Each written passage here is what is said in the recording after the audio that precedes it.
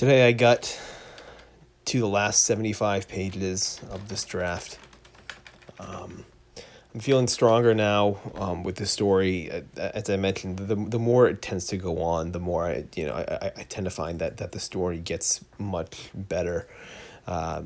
Obviously, I mentioned before about my first couple chapters being somewhat weaker just in terms of how they were written, and kind of what I was doing with the chapters. Not so much on the content, but just the prose wise tend to be a bit weaker. I've found that as the story has gone along, that the prose tends to get a bit better. I think a lot of that has to do with the fact that I just my skill happened to get better as I went through this process. So I'm having to fix less and less things. It tends to happen. I think for the most part, I find that that tends to happen basically if you're working on long projects that take months and months and years. Yeah, after so much practice and after so much time at the keyboard, yeah, your later stuff is probably going to be a little bit better than your front stuff. I also think though, because I wrote the second half of the story while on sabbatical, another reason why the prose was good was that I was writing with all of basically I was writing in perfect form, right? I was basically writing with an excellent amount of sleep, excellent amount of just recovery, very stress free.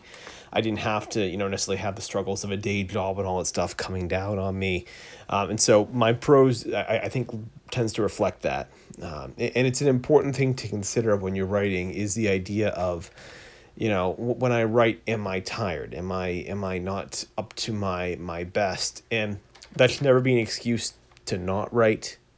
Generally, I do talk about the fact that you need to recognize when when your prose has run the course for the day, when you start getting tired, when your writing tends to slip off and you need to stop. But you also, if it's a chronic thing where you're constantly tired, when you are constantly writing in less in a less optimal state,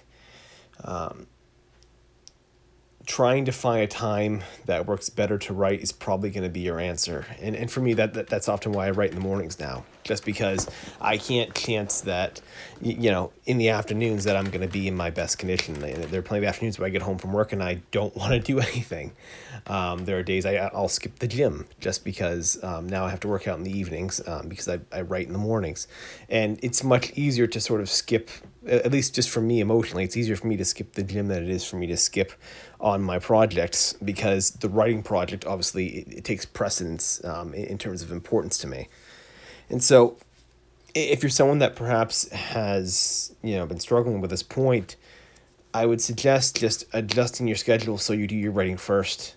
It's tough. I mean, it's tough. I mean, for me, it's hard getting up in the morning. I hate getting up early. I'd rather sleep in. But for me, it's one of those things where I just have to do it. And it does get a bit easier as well. Like, just adjusting your schedule does get a little bit easier. And the first few days, your mind is completely foggy, and like you think your writing is going to be worse, and sometimes it is. But after a while, you just get acclimated to it, and it becomes very, very routine, and your mind just tends to adjust, and you find that you're pretty sharp in the morning. You got to your mind's firing pretty well.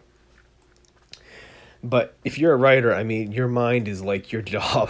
How well you think, how clear headed you are.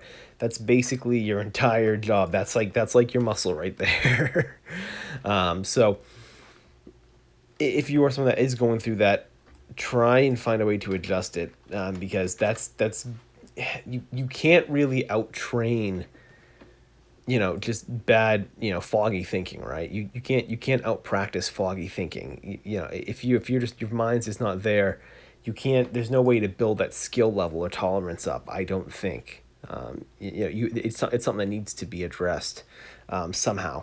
And again, it's difficult. I mean, I'm back to working 8 hours a week. I mean, 8 hours a day here. So, I completely get it. For me, it's tough, sometimes, but yeah, I mean, however you can schedule this into your life, you got to find a way to do it, because that I found has been the big difference here. And I'm talking like at least a 10% difference, probably in just the quality of my writing. And this is after I've already gone through and done a second draft of this.